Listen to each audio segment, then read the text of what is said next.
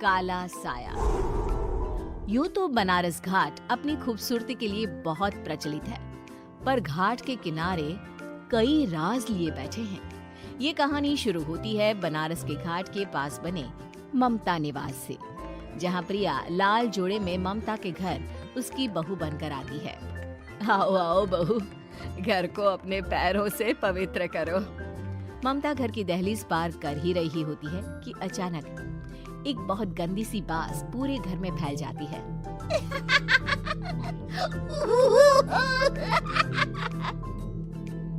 ये बदबू और ये आवाजें, ये कौन हंस रहा है माँ?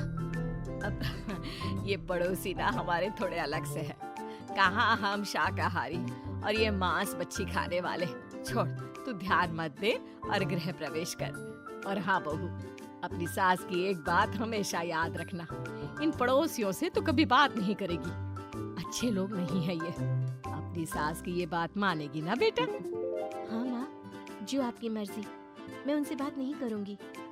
अगले दिन प्रिया अपनी पहली रसोई बनाने रसोई घर में जाती है।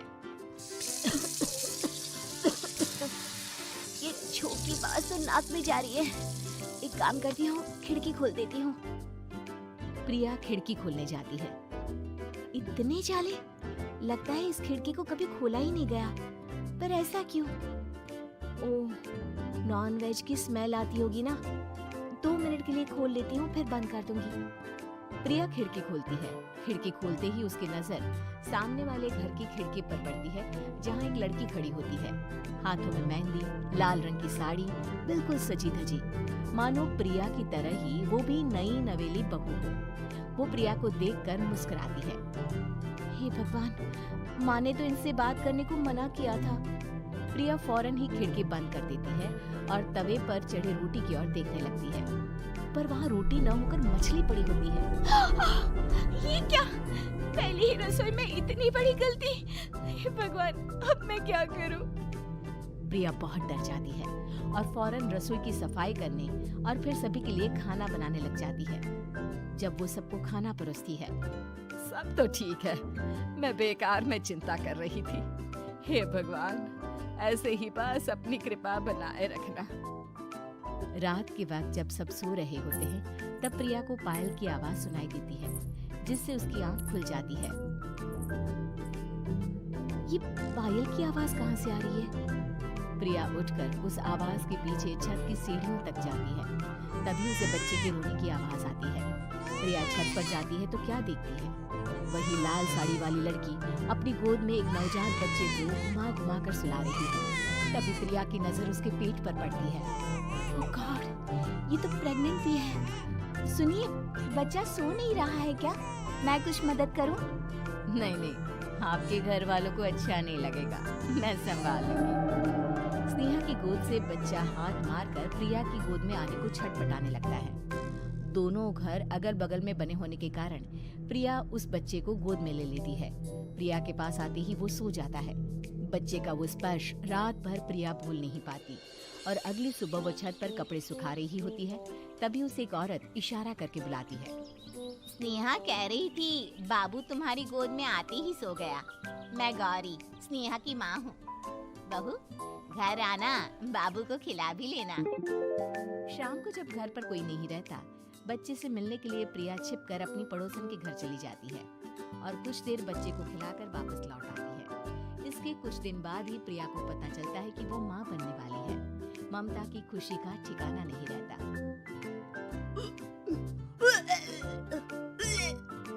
माँ जी, पता नहीं क्यों उल्टी आ रही है। प्रिया भागती हुई वॉशरूम में जाती है तो हरे और लाल रंग की उल्टी करती है। उस उल्टी में से कीड़े निकलते हैं। ये क्या? खून और ये कीड़े! माँ! माँ! प्रिया की आवाज सुनकर ममता दौड़ कर आती है, पर बेसिन में कुछ नहीं होता। प्रिया हक्की बक्की रह जाती है। ये सब क्या हो रहा है? प्रिया घबरा जाती है और अपने कमरे में जाकर सो जाती है। डर के कारण वो इतनी थक जाती है कि उसकी आंख लग जाती है। तब उसे ऐसा लगता है उसके पेट पर मानो कोई बैठा हुआ हो। कौन हो? प्रिया के पेट पर एक 5 महीने की बच्ची बैठी हुई थी, जो बुरी तरह जली हुई थी। माँ, तुम ही मुझे लाई ना अपने पेट में। मैं तुम्हारी माँ नहीं हूँ। कौन हो तुम?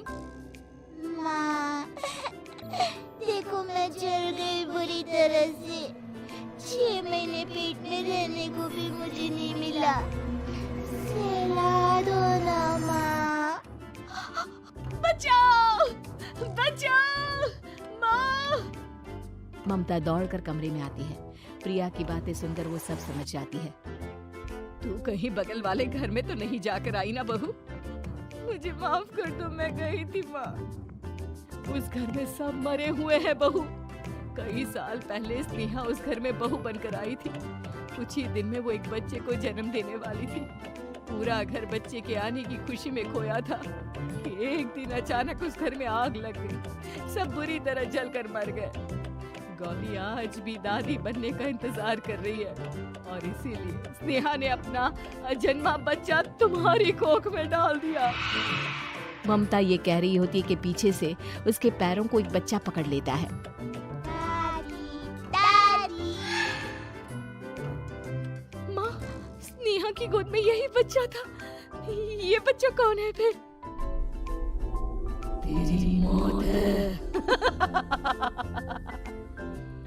तेरी भी दादी। जिस चीज का ममता को डर था वही हो गया। ममता निवास के ऊपर मौत ने चादर बिछा दी थी। प्रिया का पेट ऐसे बढ़ जाता है मानो 9 महीने का हो। 2 हाथ उसके पेट से बाहर निकलते हैं। बहू, संतोष को फोन कर, किसी पंडित जी को बुला बहू। प्रिया का पति भागता हुआ घर आता है। ये तो होना ही था माँ। तेरा बाप तेरे सामने आ गया तो तू सह नहीं पा रही है। स्नेहा घर में आग लगी नहीं थी, माँ ने लगाई थी प्रॉपर्टी की लालच में।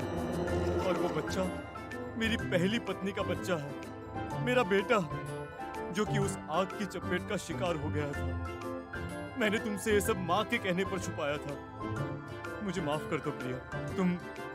तुम अगर चाहो तो यहाँ से जा सकती हो।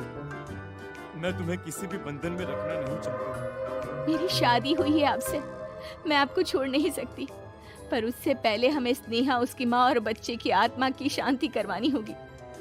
संतोष और ममता गौरी के घर जाते हैं। अंदर सब कुछ जला हुआ होता है। जमीन पर जली हुई लाशें बिखरी हुई थी। ममता रो रो कर अपनी करने की माफी गौरी से मांगती है।